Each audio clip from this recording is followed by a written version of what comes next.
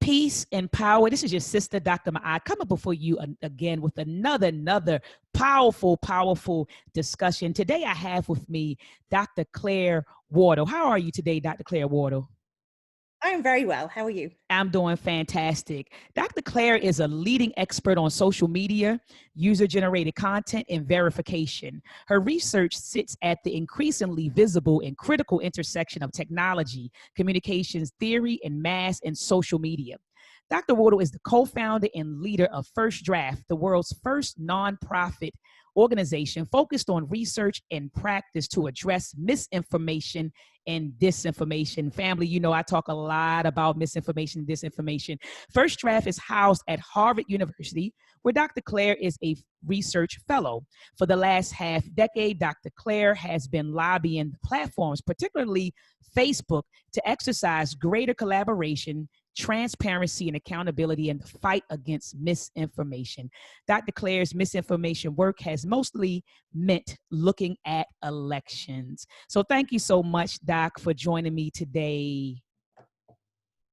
Thanks for having me. But just a little fact check. We're no longer at Harvard. We were there for about a year and a half. But we're now independent because it was easier to do all the work that we wanted to do. So I just wanted to give that little fact check. Yes. Thank you so much, Doctor. Thank you so much. Well, Doc, let's jump straight on in. I actually found you. I was online, and I've been talking a whole lot about, talking to my viewers about misinformation and malinformation. And so I was Googling some things because I said, I know someone has to be doing research on this stuff. And so I came across an article that was published on NBCnews.com. And it was you and two other females. And they talked about the research that you guys are doing on misinformation and malinformation and disinformation. So I read the article, looked you up, and then I came across your nonprofit organization that is dedicated to, researching and tracking, the misinformation online. But in this, so I went to your website, and then I started looking at all these different terms, information disorder and infodemic. And I just want you to define those terms for the audience, Dr. Claire. What is information disorder and what is infodemic? So this is partly because I'm a researcher by training, and so I like to think about language and terminology. And so just around the beginning of 2017, the term fake news became a term that lots of people were using. And I was getting increasingly frustrated because a lot of the stuff that we see online is not actually fake. It's genuine, but used out of context. Because the most effective disinformation is that which has a kernel of truth. So it's much more effective to find something that has worked in a different context and just reframe it. So I was like, lots of this stuff isn't fake, and lots of this stuff isn't news. It's memes, it's videos, it's photos, it's posts. I was like, it doesn't look anything like a news site. And so it was a really unhelpful term. And then I saw that the term was being used to attack the media. And I'll say this now, like, not all journalism is amazing every single day. Like, journalists make mistakes, but it's a system and a process which means that journalists have to issue a correction. And we absolutely need to have a free and independent press. So when people attack the press, that's really, really problematic. So I was like, okay, this term is hopeless. We need a new term. And so the more I was thinking about it, and I was working with a co-author on a publication, I was like, it feels like it's like a disorder. Like there's something wrong. Like, this is about targeting advertising. It's about misleading headlines. It's about poor diagrams. It's about rumors on WhatsApp. It's about all these things. And it just made me think that it's a disorder. So we came out with this phrase, information disorder, to try and explain all the different aspects to the problems that we're seeing right now. The term infodemic is actually a term that was coined by the World Health Organization. And so we know what a pandemic is. It's a virus that's out of control and is spread globally. And there's a lot of it. That's why it's a pandemic. It's everywhere. So an infodemic is similarly when we have a moment when there's so much information, it makes it very, very difficult for us to know what's true or false. And that's where we are with this infodemic right now around the coronavirus.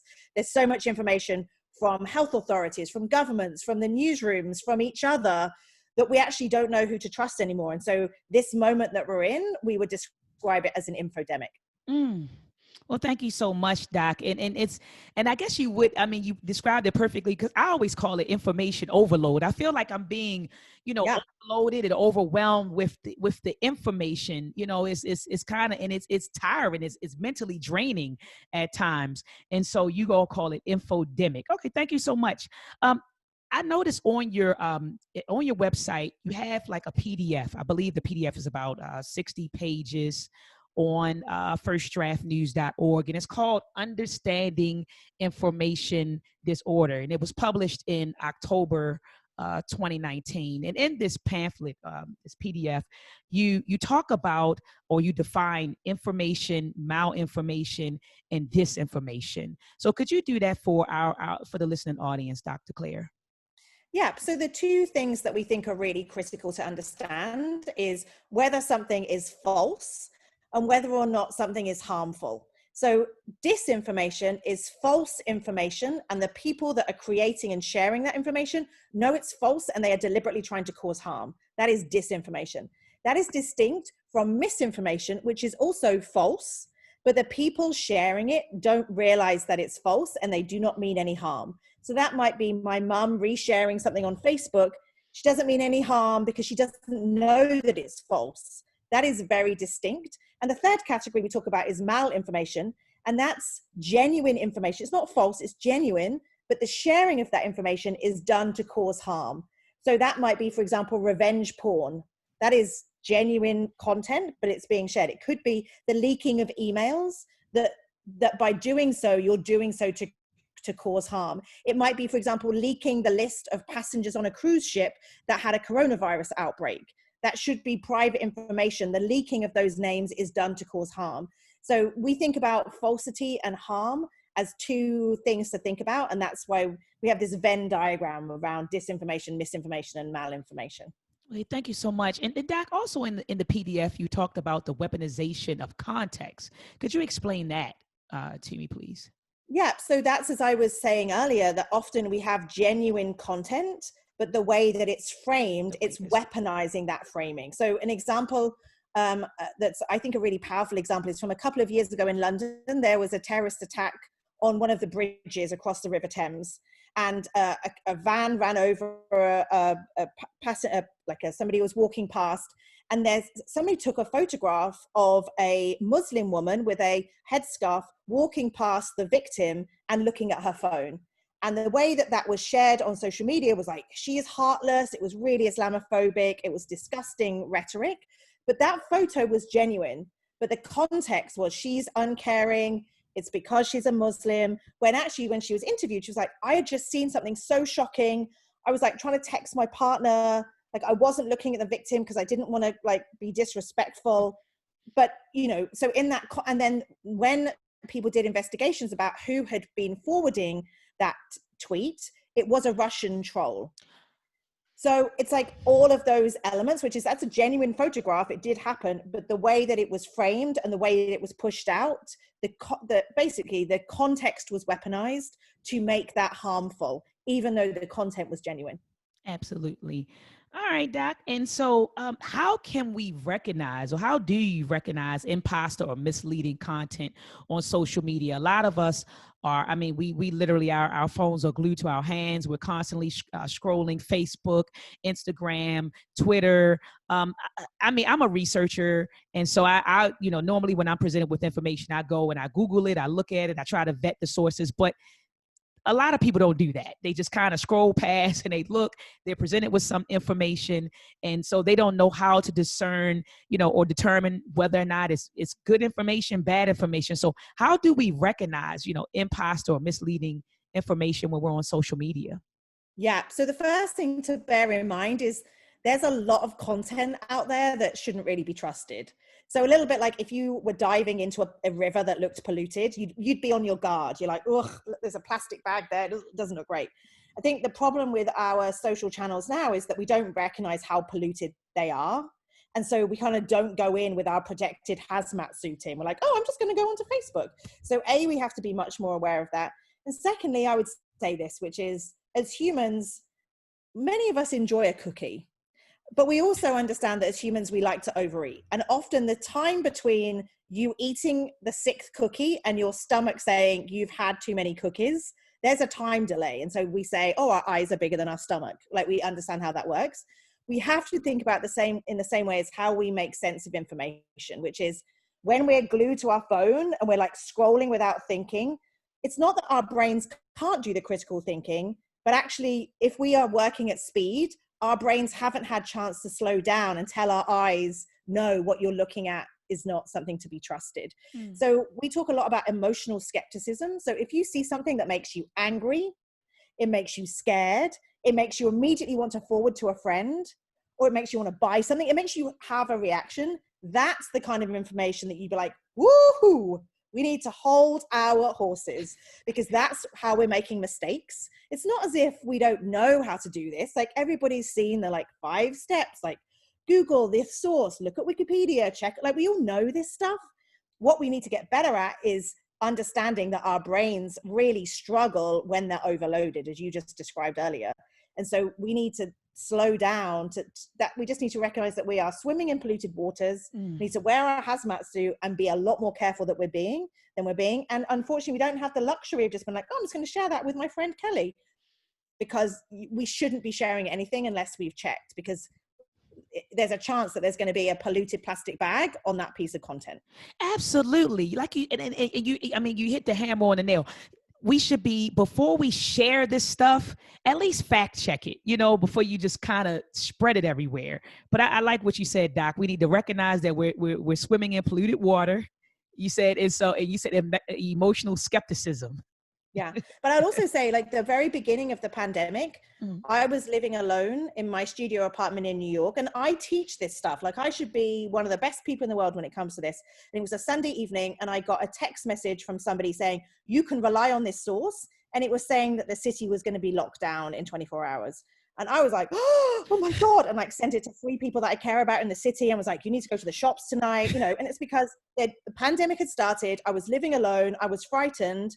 And that's when your brain doesn't go into gear. And so every one of us should recognize that this isn't about education level or how much training you've had. Every one of us is susceptible to this, because we desperately want to believe that the information we're consuming is true. Like, that would make our lives much easier if we didn't have to worry about this. And so in those moments of stress and fear, we go back to that, I can trust it. But unfortunately, we can't trust a lot of the stuff that we see these days. Absolutely, Doc.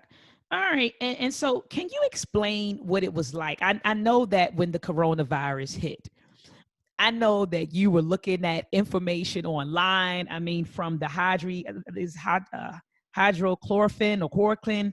Hydroxychloroquine. Yes, hydroxychloroquine. You got, herbal remedies, and then it was something remdesivir or something like that. And so it was all of these different things coming out about the coronavirus. And then they were linking the coronavirus to 5G and saying that 5G was. So what was it like, as a person who studies this stuff, seeing this stuff unfold on social media? What was it like, Doc? Yeah, I mean, it was overwhelming, because we've been monitoring this kind of content for the last kind of 4 to 5 years. And I'd never seen a moment in time when there was so much of this stuff, and there was so much of this stuff in every country around the world. And this stuff was crossing borders. So we'd see something in Dublin in a WhatsApp group, and then 2 hours later, we'd see it in Mexico City in a WhatsApp group. I mean, it was just kind of extraordinary to see how much stuff there was out there.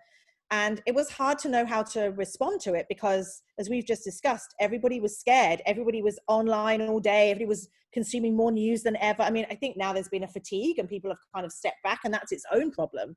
I think it's now we're struggling to get people to care about the coronavirus when we need to. But then everybody was reading everything, sharing everything, Googling everything, asking everybody. And so we were just in this horrible moment of just all this misleading content, all these rumors circulating.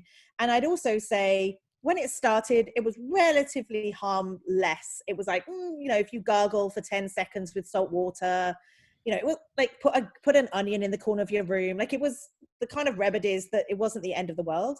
But then after about 4 weeks, we started to see an increase in conspiracy theories. And I think that's because people's lives are being turned upside down. Many people lost their jobs. Many people had moved to places that they didn't know, everybody's life had been turned upside down. And so people wanted answers. And unfortunately, we still don't have a clear answer for where did the virus start and how. We don't have a clear answer about how to treat this. We're not 100% sure still about how it spreads and whether or not it's droplets, does it go down in hot weather, how effective masks are, in brackets, very effective, we should be wearing masks. But because everybody was looking for those answers and couldn't find them, the vacuums online is where all this misinformation flourished. So it was like this Petri dish, which is because we didn't have those answers, these conspiracy theories took hold and meant people went, oh, here's the explanation I've been looking for. And that unfortunately has been really worrying. And Doc, I noticed a lot of, or an abundance of misinformation regarding vaccinations, and this whole, the anti-vax movement and a lot of the conspiracies that they've been pushing. What are your thoughts on that? And like, how have you? I mean, I know that you've seen it, but what are your thoughts on that, Doc?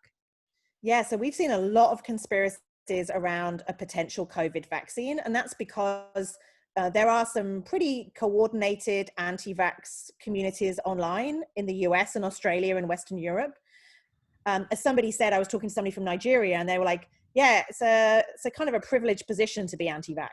Like, we don't really have that privilege in Africa. And so I think we have to recognize that, anyway, there are people in certain countries who already have an anti-vax perspective. And the problem is they're now pushing a whole host of conspiracies to say, even though we don't have a COVID vaccine, like even when it arrives, we shouldn't trust it. Yeah. And that's a real problem because we've probably got 18 months to 2 years while we wait for a vaccine. And what we're seeing is this like drip, drip, drip, drip, drip of very professional, polished content being pushed to say, we can't trust a vaccine. And I'll be the first to say, we shouldn't automatically trust a vaccine, but we need to have a process over the next 18 months that is transparent so that we can recognize that there haven't been corners that have been cut, that this isn't big pharmaceuticals making money, all the reasons that people are fearful of vaccines. We need to say, look, in order for people to trust this vaccine, we need to understand how it's being created, how it's being funded, how is it going to be rolled out, how do people know that it's safe? And ultimately, that management of expectations is what we should be discussing, not being anti-vax around a vaccine that hasn't even been created yet. But my worry is that the anti-vax communities are very active online. The pro-vaccine communities, which maybe like me and WHO or other people who believe that vaccines are a good idea, we haven't got our act together yet. Yeah. I mean, for me, it's I don't want to think about a world where we don't have a vaccine for this. But I do want the vaccine to be created safely, and I want to ensure that it is rolled out in a way that the public can trust. And that's what I want us to focus on. But I do worry that those of us on that side have not got our act together, but the people on the other side really have. And so it's kind of an asymmetrical playing field right now. Absolutely. Absolutely. I mean, I couldn't agree with you more. Now, online, I read that your particular field of study, when you're in analyzing misinformation, you focus on elections. Misinformation centered around, misinformation, malinformation, and disinformation centered around elections. So can you provide until the last 6 months? Oh, okay. Well, I want to know the new focus after I finish asking you this question. So can you provide instances in which we were manipulated in past elections? I mean, I'm thinking about Barack Obama, when he was elected. I'm thinking about George Bush and when he was going against Gore. And I'm just thinking about all these past elections. So can you give us some instances where you saw that we were, even just with Trump being elected, in 2016. So can you give us some instances in which you observed the public being manipulated by misinformation during the election cycle? Yeah, so we have to start off by saying we've always had misinformation in elections. Like, political campaigns are full of misleading statistics and misquoted claims, and that has always been the case. But since the advent of social media, what we've seen is people trying to manipulate public opinion by using the tools that are embedded in these platforms. So in 2016, for example, you had people that created social posts on Facebook that said, you can vote for Hillary Clinton by texting this short code on your mobile phone. Now, that was false. You cannot vote by text. But that post was targeted to communities of color in America. as an attempt to suppress the vote, with the hope that they would get communities that are more likely to vote for Hillary Clinton to vote via text and be like, oh, I voted, it's fine, because they haven't voted. So that was a very really terrifying example of how easy and cheap it can be to suppress the votes by basically pushing out those kind of rumors. We've seen it in the US, but other countries, you see people putting up pamphlets and then taking photos and circulating on WhatsApp saying that the election is on the wrong day, or if you want to vote for this candidate, you vote on a Thursday. If you vote for this candidate, you vote on a Friday, and Friday is the election day. So you see people taking well-known logos, maybe the BBC, and suggesting that there's, that a candidate has said something that they haven't said. In Brazil, one of the most effective piece of misinformation was a photo of what looked like a ballot box on the back of a truck. And that was circulating on WhatsApp by saying, these ballots have all been filled in for one candidate. It's voter fraud. And that circulated very widely on WhatsApp. So in every election, we see very similar tactics, which is good in one way, because it means you can kind of talk to the audience ahead of time to say, listen, if you see this, be aware that it's probably a tactic designed to suppress the vote or to confuse the voters or to kind of smear one of the candidates. But yeah, you see this in any election in any part of the world.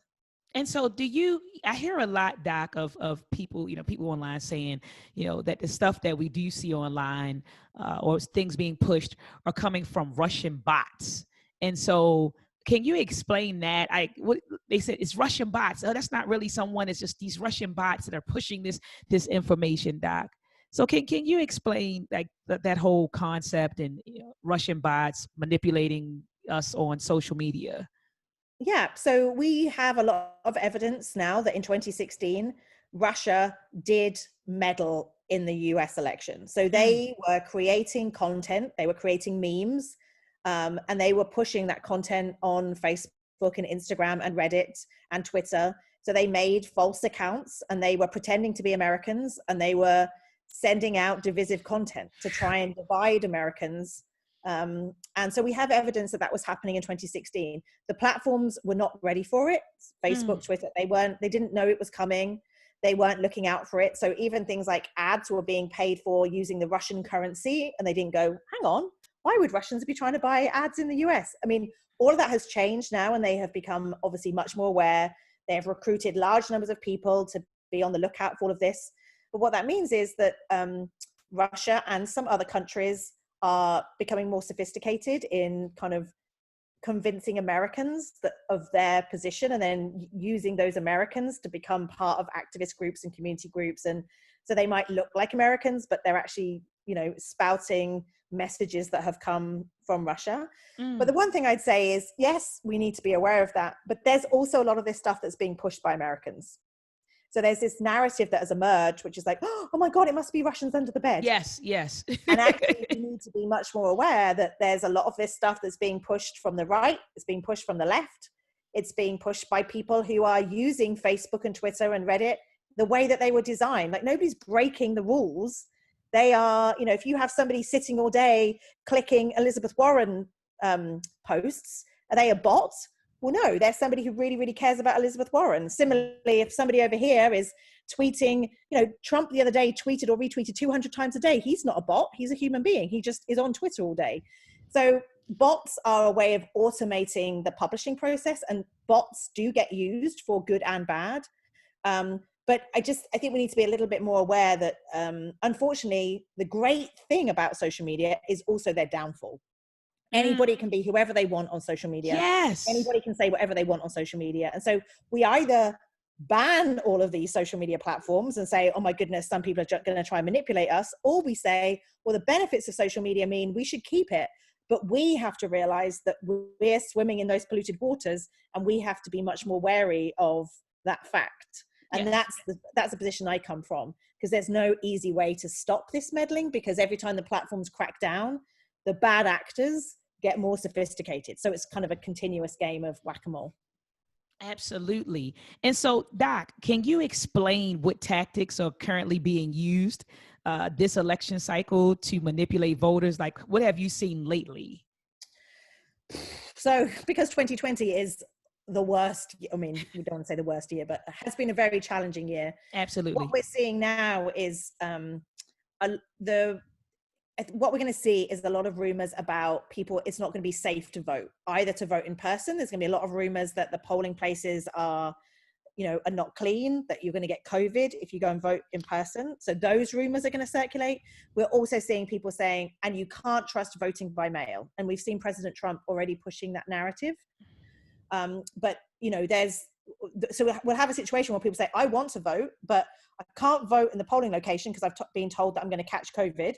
And you're also telling me I can't vote from home because you're telling me that's not safe either. And so that's the concern, which is we're going to see over the next few months, this kind of drip, drip, drip to try and undermine the electoral process. And that's what we need to be really careful about. It's going to be less vote for Trump or vote for Biden. There will be some misinformation around that. But most of the stuff we're going to see is going to be about the voting process. So if people see that kind of content, they should be like, bing, bing, bing, bing, bing. Mm-hmm. What did that lady with the funny accent say? Like that's what we need to be aware of, because there are many people who it's in their interest to suppress the vote and to hope that fewer people vote on the 3rd of November. And that's what we have to be careful about. Okay. So Doc, this is just a personal opinion. Who do you think is going to get it? Trump or Biden? What is your personal opinion? I honestly, if I was a betting woman, I honestly don't know where I'd put my money on, because everything is changing every 2 weeks. So people talk about the October surprise. I mean, right now, Trump's about to start his rallies in 2 weeks' time. So that will galvanize his base. That means there'll be lots of press coverage. But if coronavirus numbers keep going up, will there be a moment where everybody says, hang on, we've lost 200,000 Americans? How on earth could that have happened? So maybe then people will turn against Trump. It could be that Biden is doing well and then trips up and everybody says he's too old and he can't be. I mean, there are so many things that could happen that it's almost, none of us should be predicting anything right now. Okay. All right. And Doc, so earlier I said that your specialty was focusing on misinformation surrounding elections. And then you said, well, up until 6 months ago. So what is going on with Dr. Claire and First Draft News? What's going on with First Draft right now? What do you guys have going on? Yeah, so we started in January, and our plan was just to monitor election misinformation for the whole of 2020. We were monitoring the census, but we're mostly going to be monitoring the election. Then, of course, COVID hit at the beginning of March, and we turned all of our resources to monitor misinformation around COVID. And then 3 weeks ago, with the death of George Floyd and then the protests against police brutality, there was so much misinformation swirling around the protests, and there was misinformation coming from police departments, from different politicians.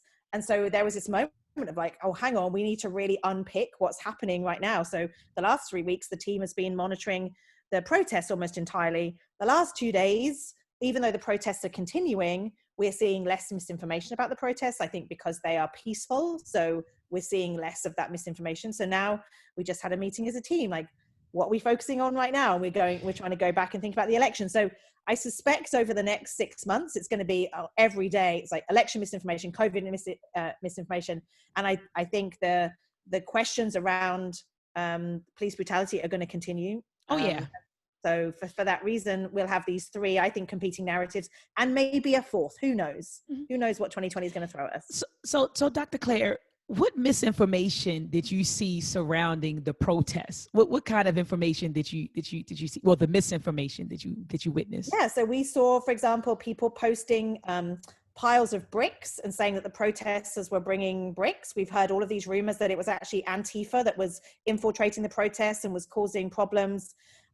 We saw misinformation by people saying that the police were kneeling at the protest, but they weren't. Or we saw the rumor that, even yesterday, the police had to step back. The rumor that their 3 police officers had been poisoned by a Shake Shack milkshake.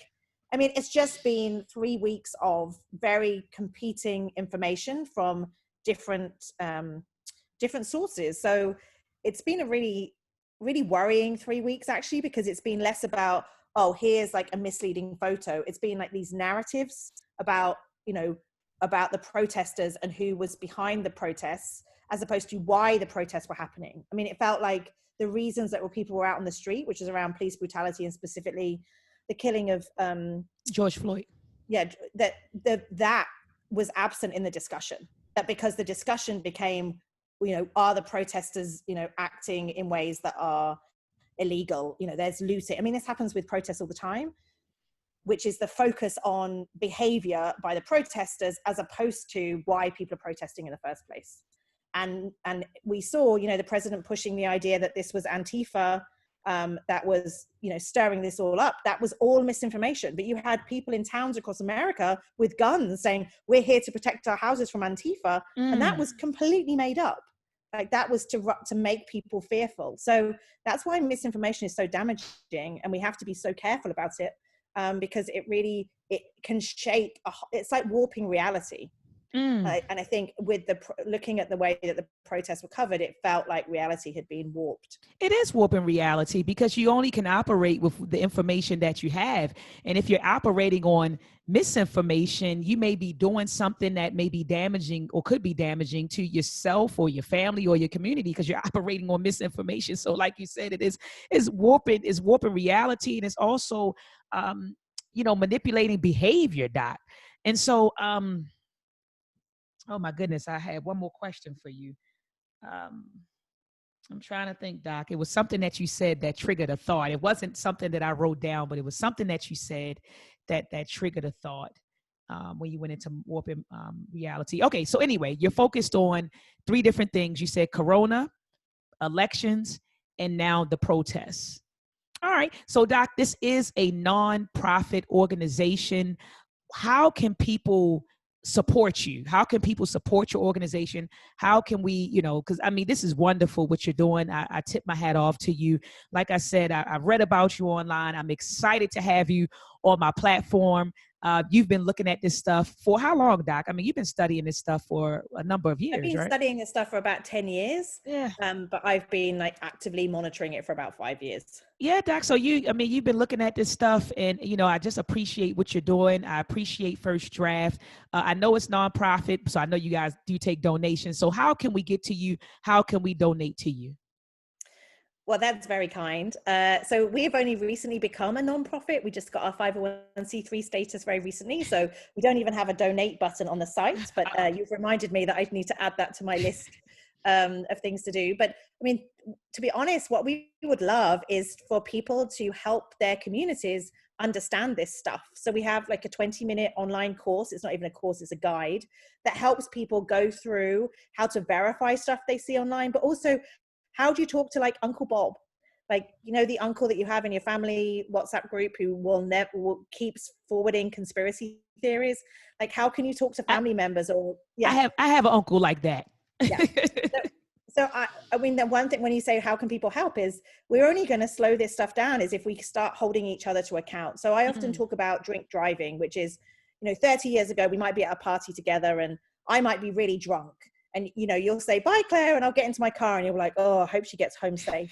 Well, now, society says you should take my keys away from me. Society has said you have a responsibility to make sure I don't drink and drive because I might hurt society if I get into a car drunk. And I think when it comes to misinformation, it's too easy to mute the guy from high school that keeps posting stuff. You ignore your uncle at Thanksgiving. You're like, oh, I don't want to deal with it. But unfortunately, if we don't hold each other to account, and there are ways to do that, because you shouldn't shame your family member. So if for example, your uncle shares something about Bill Gates and the vaccines, Claire, you're not going to believe this, Claire. If you go up to your uncle or, you say, Uncle Bob, I saw you post that and you're wrong. And here's a Snopes article that proves you're wrong. What you've done is kind of publicly shame your uncle. And the information that we share is linked to our identity. So we make decisions about what to share because in your head, it's how are my friends going to think about me if I post this? And so if you're anti-vax or pro-vax, if you're pro-Trump or anti-Trump, if you, whatever your beliefs, it's about performance. So if you say to your uncle, you're wrong and here's how, your uncle is actually more likely to double down on his views. So a better way is to be like, hey, Bob, I saw you posted it. So interesting. I'm seeing a ton of my friends also posting this and I've really been looking into it. And the one thing that concerns me is I actually think that this kind of information is dividing us, our community, our family. And I know everybody's scared right now and I can understand why we want explanations for things, but I'm just a bit worried about some of the things that I'm seeing because I actually think it's doing harm to our community. And I'd love to like talk with you about ways that we can think about getting to the bottom of some of these questions. Like it's about we, us, community, neighborhood, as opposed to I'm right and you're wrong, because that gets you nowhere. And so I think when you say what can people do, it's about people educating themselves about becoming smarter about their own information habits and learning how to talk to each other about becoming smarter, because it doesn't matter what First Draft does. You know, your uncle is going to listen to you because he's your uncle. And Right. that we need to be having conversations with people that trust us already or we have connections with, rather than people like us being the messenger, because we're not the best messengers. Absolutely. So Doctor, so you don't have to. Okay, and I appreciate that. And I do agree, like you said, that we do need to hold ourselves accountable, hold the people around us accountable for the information that they share, and that's the only way we can stop the spread, of misinformation, malinformation, and disinformation. But also going back to First Draft News, if you don't have the donate button on your site, but do you have a Cash App that we could use to support, your mission? Well, if anybody is interested and they want to email us at info@firstdraftnews.org, then I promise you I will respond. And in the meantime, I will make sure that we set that up, because I think we never think that people want to donate to us, but we need to get better at that, because if we don't, we're not Yeah. going to survive. So Hey, I'm very yeah, grateful for you saying that. absolutely. Research costs, and I learned Yeah, that it does. we're Like working at. having staff that do this all day, it Yeah, costs it money. costs They're money. amazing. They're Yeah, amazing. it costs money. Is it any way if someone wanted to get involved and maybe join the research team? Is there any way that people could get involved, and become a part of the team or? Well, we're actually very shortly about to launch a campaign that's about kind of how people can highlight things that they're seeing that they think are problematic. Because a lot of this stuff lives in Facebook groups that you actually don't see unless you're in those Facebook groups, or maybe it's like next door, like community groups, where we see a lot of misinformation circulating in those. So the hope is that we will have more eyes and ears of people around the country and around the world kind of highlighting things that they're seeing to say, we think this might be problematic. So yeah, if people keep an eye on our social media feeds and our website, we should have that campaign very soon. And that's a way to get more people involved in the work that we do. And lastly, Doc, during the interview, you mentioned that you have classes. I mean, I know you have the 20-minute class on firstdraftnews.com, but are you at a university also teaching classes or? No, not right now. I mean, we're normally housed at the CUNY J School, the journalism school in New York City, but of course we're not there right now because of the pandemic. But we have on our YouTube channel, we have lots of webinars that people can listen to. And there's lots of like, how do you look for misinformation on TikTok, for example, or how do you think about the ethics of doing this kind of work? So there might be some other things online from some of our webinars over the last 2 months that people might find interesting. Okay. Well, thank you so much, Dr. Claire, for your time. I hope that you will come back one day to update us on some things and educate us on some things. So thank you so much, Doc, for joining us. Do you have any last words for the audience? Thanks. This has been a great conversation. I've really enjoyed it. And a lot of the work that we do at First Draft is specifically with journalists. But in the last 3 months, we've realized that we should be doing whatever we can to help people who aren't in newsrooms, but are very interested in this and want to learn more. So this has been a great opportunity for me to have a conversation with you about these things. And I hope it's been helpful to Oh, absolutely. people in the audience. All right. Well, thank you so much, Doc, for joining us. Take care. My pleasure.